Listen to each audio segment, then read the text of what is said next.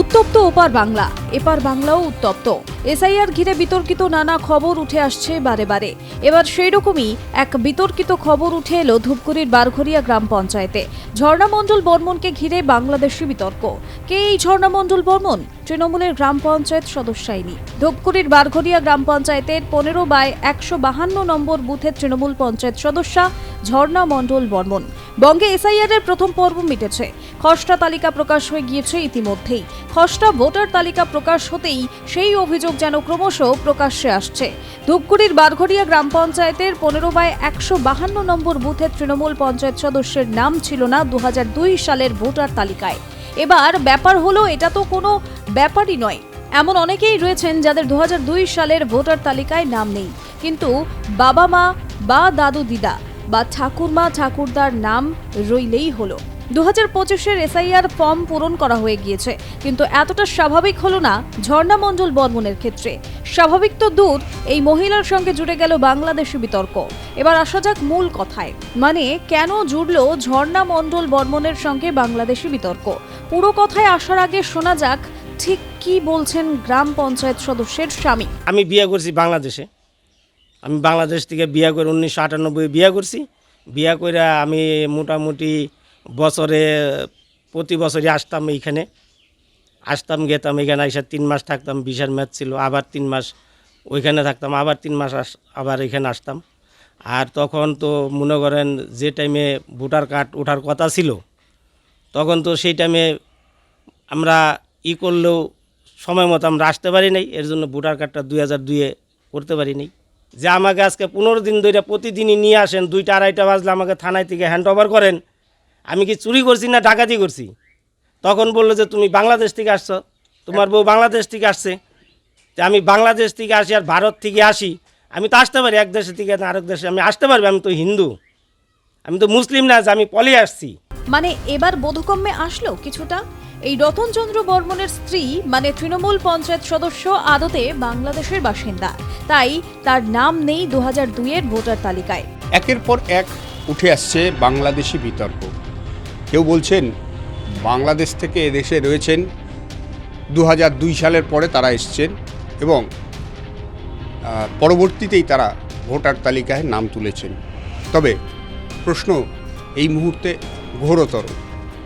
পঞ্চায়েত সদস্যা, তার 2002 সালের এসআইআরের লিস্টে নাম নেই। তার স্বামীর দাবি তিনি 2008 সালে বাংলাদেশ থেকে বিয়ে করে তিনি নিয়ে এসছেন তার স্ত্রীকে। ঠিক এরকমটাই অভিযোগ ধূপগুড়ি ব্লকের ভেমটিয়া এলাকাতে। এই যে এসআইআরের খসড়া তালিকায় তো আপনার নাম এসছে, এখন হিয়ারিংয়ে যদি ডাকা হয়? হিয়ারিংয়ে ডাকা হলে আমি যাব। আমার Aadhaar card, voter card, PAN card, ration card, তারপরে ইন্টারন্যাশনাল পাসপোর্ট, তারপরে এই ইনকাম ট্যাক্সের ফাইল সবই আছে, ডকুমেন্টস। 2002 সালের যে নিচের ফর্মে যে নিচের অংশ, সেখানে তো ফিল আপ করেন নাই আপনি? না। 2008 সালে এই ঝর্ণা মণ্ডল ভোটার লিস্টে নাম তোলেন, তাই তার এসআইআর ফর্মে নাম নেই। আর এবারের এসআইআর ফর্মে নিজের বাবার জায়গায় অন্য এক নাম লিখে জমা দেন, তাতেই বাধে বিতর্ক। টোটাল যা লাগে তাই দিয়ে আমরা এসআইআর ফর্মে সই করছি। হ্যাঁ, এবার এইটা বাকিটা নির্বাচন কমিশনার দেখবে, যে আমাদের যদি অরিজিনাল ডকুমেন্ট থাকে তাহলে ভোটার লিস্টের নাম থাকবে, আর যদি অরিজিনাল ডকুমেন্ট না থাকে, না দেখাইতে পারি, তাহলে ভোটার লিস্টের নাম বাদ দিবে।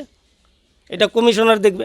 আমার বাপ ঠাকুরদা আসছে 1964 সনে মাইগ্রেশনের মাধ্যমে। ইন্দিরা গান্ধী যখন মাইগ্রেশন দিয়েছিল যে বাংলাদেশের হিন্দু ভাইরা তোমরা আইসা বড়, সেটার ব্যবস্থা আমরা করে দিই, তার সেইটার কাগজ আমাদের কাছে আছে।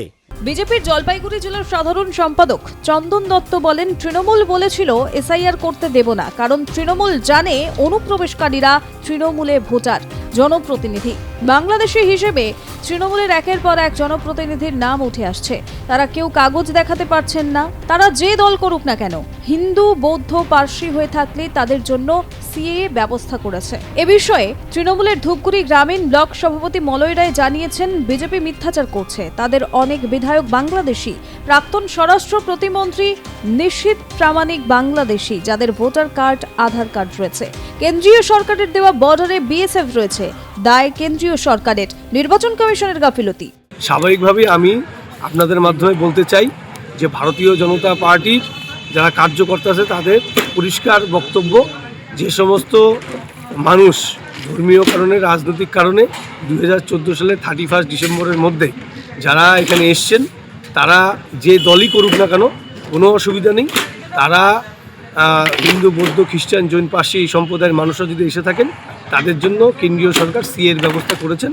ঝর্ণা মণ্ডলকে বলবো যে তৃণমূলের চাপে মাথা নত না করে তিনি সিএর জন্য অ্যাপ্লিকেশন করুন। দেখুন, বিজেপি সম্পর্কে নতুন করে আমার বলার কিছু নেই। বিজেপি তো এগুলো বললাম না, মানে তারা মিথ্যাচার ভণ্ডামি করছে। তাদের স্বরাষ্ট্রমন্ত্রী বাংলাদেশি, তাদের বিধায়ক বাংলাদেশি, হ্যাঁ, তারা বিধায়ক পদ অবলম্বন করছে, স্বরাষ্ট্রমন্ত্রী তারা বাংলাদেশি বলছে, বাংলাদেশি আছে। ওই কী নাম জানো আমাদের কুচবিহারের ছেলেটা, নিশীথ প্রামাণিক, ঠিক আছে। এখন যে বিষয়টা হচ্ছে যে ওরা এই মানে এটা কী প্রমাণ করতে চাচ্ছেন বলেন তো? যে ঘটনাটা হচ্ছে যে ওরা তথ্য রয়েছে, তখন তাদের ডাকবে, তারা যাবে, তাদের তথ্য তারা দেখাবে, তাদের ভোটার কার্ড আছে, আধার কার্ড রয়েছে। 2019 সালের পঞ্চায়েত নির্বাচনে বিজেপির প্রার্থী হয়েছিলেন ঝর্ণা মণ্ডল বর্মন। এরপর 2023-এর পঞ্চায়েত নির্বাচনে তৃণমূলের প্রার্থী হয়ে জয়লাভ করেন। তৃণমূল পঞ্চায়েত সদস্য ঝর্ণা মণ্ডল বর্মন জানিয়েছেন, হিয়ারিংয়ে ডাকলে যাব, আমার প্রয়োজনীয় নথিপত্র রয়েছে। প্রার্থী হিসেবে যখন মনোনয়ন দাখিল করেছিলাম তখন সবকিছুই দিয়েছিলাম। তবে প্রশ্ন উঠছে, ইনি যদি সত্যিই ভারতের নাগরিক না হন, তাহলে কিভাবে রাজ্য নির্বাচন কমিশন তাকে প্রার্থী পদ দিল? আসল বাবার পরিচয়ই কিন্তু সেখানে লেখা রয়েছে, এমনটাই কিন্তু দাবি করেছেন ঝর্ণা মণ্ডল।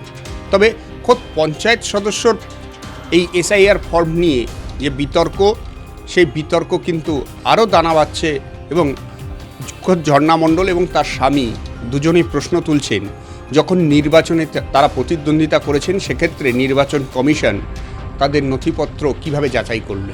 জলপাইগুড়ির ধূপগুড়ি থেকে সুপ্রিয় বসাক, আর প্লাস নিউজ।